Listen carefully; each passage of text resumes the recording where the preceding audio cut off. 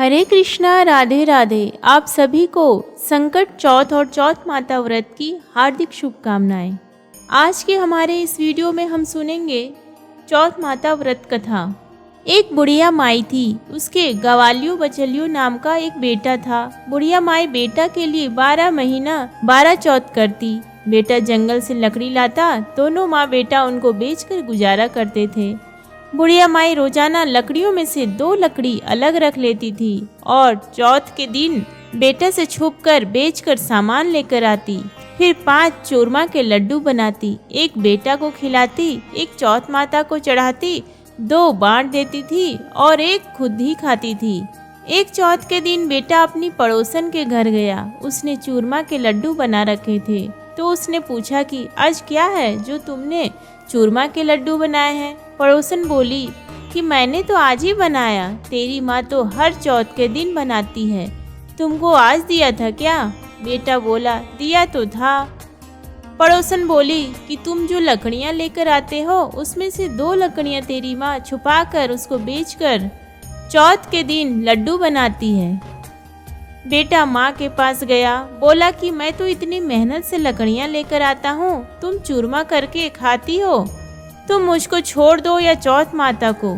तो बुढ़िया बोली, बेटा मैं तो तेरे लिए ही व्रत करती हूँ, सो तुमको भले ही छोड़ दूँ लेकिन चौथ माता को नहीं छोड़ सकती। तब बेटे ने घर छोड़ने का फैसला किया। तो माँ बोली कि तुम जा तो रहे हो लेकिन मेरा हाथ का ये आखा लेकर जा, तेरे ऊपर जो भी संकट आएगा चौथ माता के नाम पर इन्हें पुआर देना, संकट दूर हो जाएगा। बेटा ने सोचा कि है तो झूठ बात, लेकिन बात रखने के लिए ले लेता हूँ। घर से चला थोड़ी दूर गया होगा और देखता है कि खून की नदी बह रही है, किधर से भी रास्ता नहीं है। तब उसने माँ के लिए आखा पुआर के बोला कि हे चौथ माता, अगर ये नदी सूख कर रास्ता हो जाए तो तुम सच्ची हो। इतने में ही नदी सूख कर रास्ता हो जाता है। थोड़ा आगे चलने पर तो रात होने लगती है और सुनसान जंगल आ गया। तब आखा पुआर कर बोला कि हे चौथ माता, मैंने रास्ता मिल जाए, नहीं तो ये जानवर मुझे खा जाएंगे। इतने में ही रास्ता मिल गया। आगे एक राजा की नगरी में गया। राजा हर महीने एक आदमी की बलि देता था। वह एक बुढ़िया के घर में गया तो देखता है कि बुढ़िया माई रोटी बनाते हुए रो रही थी।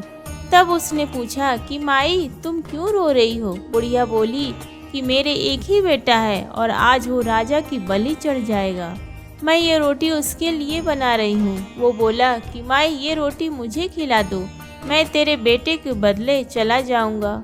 माई बोली रोटी खिला दूँगी लेकिन तुझे कैसे भेज दूँ? उसने उसे रोटी खिला दी। रात में सोते समय बोला कि राजा का बुलावा आए तो मेरे को जगा देना। आधी रात को बुलावा आया। बुढ़िया माई सोचने लगे कि पराए पूत ने कैसे बलि चढ़ा दूं, पर इतने में ही वह जग गया और जाने लगा और बुढ़िया माई से बोला कि मेरी पोटली और लाठी रखी है। बुढ़िया माई सोची कि आज तक की कोई वापस नहीं आया, ये कैसे आएगा?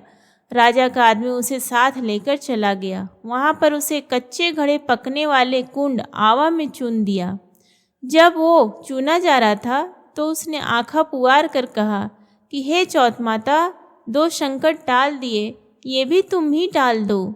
इतने में आवा पक कर तैयार हो गया। 2-3 दिन बाद आवा के पास बच्चे खेल रहे थे। बच्चों ने खेल खेल में आवा पर कंकड़ी मार दी। उसमें से आवाज आई। बच्चों ने राजा के आदमियों के पास जाकर कहा कि आवा पक गया। राजा के आदमियों ने सोचा कि 6 महीने में पकने वाले आवा इतनी जल्दी कैसे पक गया। उन्होंने ये बात को बताई। राजा ने जाकर देखा तो सारे बर्तन सोना चांदी के कलश हो गए। वे बर्तन उतारने लगे तो अंदर से आवाज़ आई कि धीरे धीरे उतारना, अंदर आदमी है। राजा ने सोचा कि इसमें से पहले तो कभी कोई ऐसी आवाज़ नहीं आई। राजा ने पूछा कि कौन हो तुम? तो उसने अंदर से ही कहा कि मैं तो वही हूँ जिसे आपने 3 दिन पहले इसमें चुनकर बलि ली थी। उन्होंने खोल कर देखा तो अंदर वही आदमी था जिसे 3 दिन पहले उन्होंने इस आवा में चुनकर बलि चढ़ाया था। उन्होंने सारी बात बताई। उसे महल ले जाया गया। राजा ने पूछा कि तुम कौन हो और बच कैसे गए? तो उसने कहा कि मेरी माँ चौथ का व्रत करती है, उसी की वजह से बच गया। तब राजा ने कहा कि ये झूठ है, इसकी परीक्षा लेनी होगी। राजा ने 2 घोड़े मंगवाए, एक पर स्वयं चढ़ गया और दूसरे पर उसको चढ़ा दिया। उसके हाथों और पैरों में जंजीर डाल दी। राजा ने कहा कि अब अपन जंगल की तरफ चलते हैं। अगर ये जंजीरें खुलकर मेरे हाथ पैरों में आ जाएंगी तो तुम्हारी माँ की चौथ माता सच्ची है। थोड़ी दूर चलने पर ऐसा ही हो गया। राजा के हाथ पैरों में जंजीरें जकड़ गई। फिर उस लड़के ने बड़ी मुश्किल से राजा को वापस राजमहल पहुंचाया और जाने लगा। तब राजा ने उसे रोकने के आदेश दिए। फिर राजा ने उसे अपनी बेटी के साथ विवाह करने के लिए कहा तो उसने सहर्ष स्वीकार कर लिया। राजा ने उसे वही महल में ही रहने के लिए अलग से सारे साधन पर उपलब्ध करवा दिए।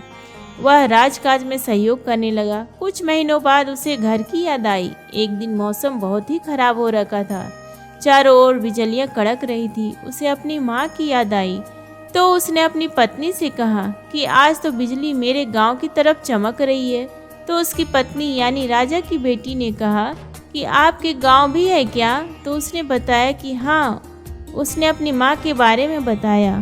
फिर कहा कि गांव चलेंगे। दूसरे दिन सुबह वे गांव के लिए रवाना हुए तो राजा ने खूब सारा धन देकर उन्हें विदा किया।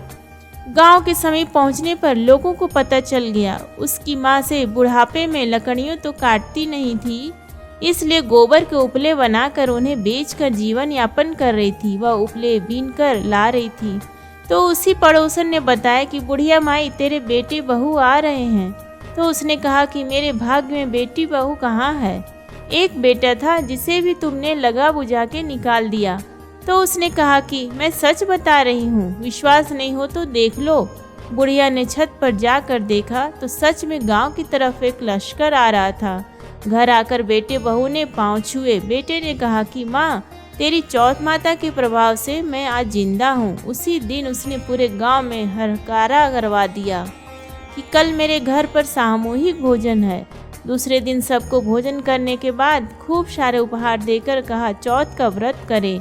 चौथ माता जैसे बुढ़िया माई और उसके बेटे को संकट से बचाया वैसे सबको बचाना। सुनने वालों को और फॉरवर्ड करने वालों को और उनके परिवार को भी ऐसे ही संकट से बचाना। बोलो चौथ माता की जय।